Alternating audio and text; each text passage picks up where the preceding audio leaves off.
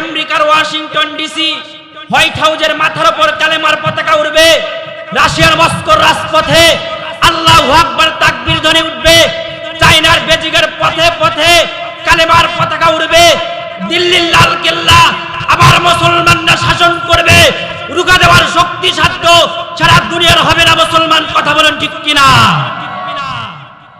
মুহতারাম হাজিরিন, আমাদের এই কথা শুনে অনেকের হাসি লাগতে পারে, কেউ তিরস্কার করতে পারে, কেউ আবার উপহাস করতে পারে যে সারা দুনিয়াতে যেখানে আজকে মুসলমানেরা নির্যাতিত নিপীড়িত, বিশ্ব মানচিত্র আজকে মুসলমানদের রক্তে রঞ্জিত, যেখানে মুসলমানরা মাথা গুঁজবার জন্য কোথাও ঠাঁই পাচ্ছে না, সেখানে আমরা স্বপ্ন দেখতেছি বিশ্ব জয়ের। এটাকে কেউ উপহাস আর হাসির বিষয় বলে মনে করতে পারেন। কথা বলেন ঠিক কিনা? কিন্তু ইতিহাস সাক্ষী, অতীতেও মুনাফিকদের দল, অবিশ্বাসীদের দল অনেক উপহাস আর তিরস্কার করেছিল। কুরআন তার জ্বলন্ত নজির। সাইহুজামুল জামু ওয়া ইয়াল্লুনা দুবুর, পবিত্র মক্কায় আল্লাহর নবী এবং নবীর সাহাবায়ে কেরাম যখন সীমাহীন জুলুম আর নির্যাতনের শিকার, যখন ইসলামের কালেমা পড়বার অপরাধে মক্কার মাটিতে বেলাল হাবশীকে উমাইয়া ইবনে খলাফ নাক ছিদ্র করে নাকের মধ্যে রশি বেঁধে দিয়ে মক্কার দুষ্ট বালকদের হাতে বেলাল হাবশীকে হস্তান্তর করে দিত। এই দুষ্ট বালকরা রশি ধরে ধরে বেলাল হাবশীকে পুরো মক্কার অলিতে গলিতে নিয়ে ঘুরতো। বেলাল হাবশীকে রাত্রিবেলা লোহার শিকল দিয়ে বেঁধে রেখে উত্তপ্ত গরম লোহা দিয়ে কখনো আবু জাহেল, কখনো উতবা ইবনে আবু মুইত, কখনো আবার অন্য কেউ পালাক্রমে আঘাত করত। একের পর এক আঘাত করত।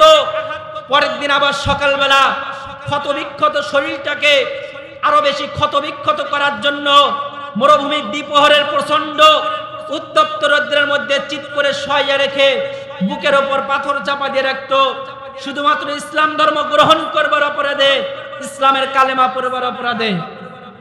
হযরত খাব্বাব ইবনুল আরাত রাদিয়াল্লাহু তাআলা আনহুকে জালেম অত্যাচারীরা ইসলাম গ্রহণ করবার অপরাধে জ্বলন্ত কয়লার আগুনের উপর শোয়া দিত। জ্বলন্ত কয়লার আগুনে খাব্বাব রাদিয়াল্লাহু তাআলা আনহুর শরীরের চামড়া পুড়ে, গোশত পুড়ে, হাড্ডি পর্যন্ত পৌঁছে যেত। শরীরের চামড়া, গোশত আর রক্তগুলো খসে খসে পড়ে সেই জ্বলন্ত কয়লার আগুন নিভে যেত। শুধুমাত্র ইসলাম গ্রহণ করবার অপরাধে খাব্বাব রাদিয়াল্লাহু তাআলা আনহুকে এমন নির্মম নির্যাতন করা হয়েছিল। হযরত সুমাইয়া রাদিয়াল্লাহু তাআলা আনহাকে ইসলাম গ্রহণ করবার অপরাধে লক্ষ লক্ষ মানুষের জনসম্মুখে, হাজার হাজার মানুষের সামনে উলঙ্গ করে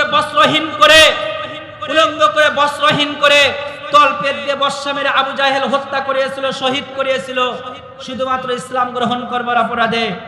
হযরত আম্মার বিন ইয়াসির রাদিয়াল্লাহু তাআলা আনহুকে জালেম অত্যাচারীরা মারতে মারতে বেহুশ করে ফেলাইছিল। আম্মার বিন ইয়াসির রাদিয়াল্লাহু তাআলা আনহু জমিন থেকে দাঁড়াইতে পারে না, জমিন থেকে উঠে দাঁড়াইতে পারে না, চলতে পারে না, হাঁটতে পারে না, কথা পর্যন্ত বলতে পারে না। বেঈমানরা দুইটি উট এনে খাব্বাব আম্মার বিন ইয়াসির রাদিয়াল্লাহু তাআলা আনহুর দুই পায়ের মধ্যে দুটি উট এনে দুই পায়ের সঙ্গে বেঁধে দিয়ে দুই উটকে দুই দিকে হাঁকিয়ে দিয়েছেন। আম্মার বিন ইয়াসির রাদিয়াল্লাহু তাআলা আনহু সঙ্গে সঙ্গে দ্বিখণ্ডিত হয়ে শাহাদাত বরণ করেছেন। মক্কার মাটিতে যখন এই সীমাহীন জুলুম আর নির্যাতনের ইতিহাস রচিত হয়, এমনকি আমাদের নবী বিশ্ব নবী রহমাতুল লিল আলামিন মসজিদের হারামের মধ্যে নামাজরত অবস্থায় আবু জাহেল পেছন দিক থেকে এসে আমার নবীজির গলায় গামছা পেঁচিয়ে শ্বাস বন্ধ করে হত্যা করবার চক্রান্ত চালায়। আমার নবীজি সিজদায় লুটিয়ে পড়লে উকবা ইবনে আবু মুইত এসে বিশাল বড় উটের ভুঁড়ি দিতেন আমার নবীজির মাথার উপরে। কিন্তু ওই সময় মক্কার জমিনে কারো সাহস হয় নাই যে আমার নবীজির মাথার উপর থেকে সেই উটের ভুঁড়ি সরিয়ে দিতে। আমার নবীর মাথার উপর থেকে উটের ভুঁড়ি সরিয়ে দেওয়ার জন্য মক্কার জমিনে ওই সময় কারো সাহস হয় নাই। ফাতেমা রাদিয়াল্লাহু তাআলা আনহা ঘর থেকে দৌড়ে এসে নিজের বাবার মাথার উপর থেকে উটের ভুঁড়ি সরিয়ে দিলে আমার নবীজি সিজদা থেকে মাথা মুবারক উঠাতে পারতেন। মক্কার মাটিতে যখন এই সীমাহীন জুলুম আর নির্যাতন চলে, এমনকি মক্কার বেঈমানদের সামনে কোন ব্যক্তি নিজের ঈমানটুকু পর্যন্ত প্রকাশ করতে পারেন না। এই ছিল যখন মক্কার পরিস্থিতি।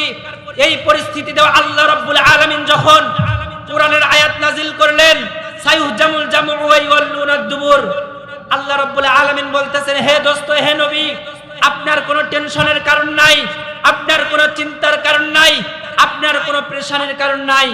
এমন একটা দিন অচিরে আসবে, এমন একটা দিন অচিরে আসবে, মক্কার বেঈমানের দল পরাজিত হবে। বেলাল, খাব্বাব আর আম্মার বিন ইয়াসিরের মতো দুর্বলদের হাতে আমি আল্লাহ রাব্বুল আলামিন বিজয়ের পতাকা উড়িয়ে দিব। আল্লাহ রাব্বুল আলামিন যখন সূরাতুল কমারের এই আয়াত নাজিল করলেন, মক্কার বেঈমানের দলরা অট্ট হাসিতে ফেটে পড়ল। তারা হাসাহাসি করতে লাগলো, বলতে আরম্ভ করলো, দেখো আমরা নাকি পরাজিত হব বেলালের কাছে, আমরা নাকি পরাজিত হব খাব্বাবের কাছে, আমরা নাকি মার খাবো আম্মার বিন ইয়াসিরের মতো দুর্বলদের হাতে। এই কথা তো কেউ বিশ্বাস করবে না। এরপরের ইতিহাস কি? এরপরের ইতিহাস হচ্ছে, খুব বেশি দিন যাওয়া লাগে নাই, 5 বছর অতিক্রম হওয়ার আগেই আল্লাহর পয়গম্বর হিজরত করেছেন। দ্বিতীয় হিজরি রমাদানুল মুবারকে বদরের যুদ্ধ সংগঠিত হয়। বদরের যুদ্ধ সংগঠিত হয়। মাত্র 313 জন নিরন্ন নিরস্ত্র অসহায় সাহাবায়ে কেরাম, যাদের শরীরের মধ্যে 2টা কাপড় পরিধান করার মতো সামর্থ্য পর্যন্ত ছিল না, শুধুমাত্র একটা লুঙ্গি পরে একটা কাপড় দিয়ে শরীরটাকে জড়িয়ে যুদ্ধের ময়দানে হাজির হয়েছিল। যুদ্ধ করার জন্য সাহাবায়ে কেরামদের হাতে তরবারি পর্যন্ত ছিল না। যুদ্ধের ময়দানে যাওয়ার জন্য সাহাবায়ে কেরামদের বাহনের মতো ঘোড়া আর উঠছিল না। 313 জন সাহাবায়ে কেরাম, মাত্র 2টা ঘোড়া আর 70টা উট, আর সমস্ত সাহাবায়ে কেরাম পায়ে দল হয়ে হেঁটে হেঁটে যুদ্ধের ময়দানে হাজির হয়েছিল। বিপরীত দিকে, অপর দিকে মুহতারাম হাজিরিন, অপর দিকে 1000 দুর্দর্শ ক্যাডার বাহিনী, গুন্ডা বাহিনী। বেঈমানদের প্রত্যেকের দেহের মধ্যে লোহার বর্মার যুদ্ধের পোশাক পরিধান করা ছিল। যুদ্ধ করার জন্য বেঈমানদের প্রত্যেকের হাতে নতুন নতুন চকচকে তরবারি পর্যন্ত ছিল। যুদ্ধের ময়দানে যাওয়ার জন্য বেঈমানদের প্রত্যেকের আলাদা আলাদা বাহন ছিল, ঘোড়া ছিল, উট ছিল। বেঈমানদের মধ্যে কেউ ক্ষুধার্ত ছিল না, কেউ তৃষ্ণার্ত ছিল না, সবাই সুঠাম দেহের অধিকারী ছিলেন। দাম্ভিক অত্যাচারী আবু জাহেলের নেতৃত্বে 1000 দুর্দর্শ ক্যাডার বাহিনী, গুন্ডা বাহিনীর সঙ্গে আমাদের নবী, বিশ্ব নবী রাহমাতুল লিল আলামিনের নেতৃত্বে মাত্র 313 জন নিরন্ন নিরস্ত্র অসহায় সাহাবায়ে কেরাম যুদ্ধ হয়েছিল। হক আর বাতিলের লড়াই হয়েছিল, সত্য মিথ্যার দ্বন্দ্ব হয়েছিল। ইতিহাস সাক্ষী, বদরের যুদ্ধে আবু জাহেলের মতো দাম্ভিকরা বিজয় লাভ করতে পারে নাই। উমাইয়া ইবনে খলাফ সহ, উকবা ইবনে আবু মুইস সহ মক্কার যত দুর্দর্শ বাহিনী ছিল, গুন্ডা বাহিনী ছিল, সমস্ত গুন্ডা বাহিনীরা ধরাশায়ী হয়ে পড়েছিল, পরাজয় বরণ করতে বাধ্য হয়েছিল। দিনের শেষে আমার আল্লাহ রাব্বুল আলামিন বেলালের হাতে, খাব্বাবের হাতে বিজয়ের পতাকা উড়িয়ে দিয়েছিলেন। মুসলমান কথা বলেন ঠিক কিনা?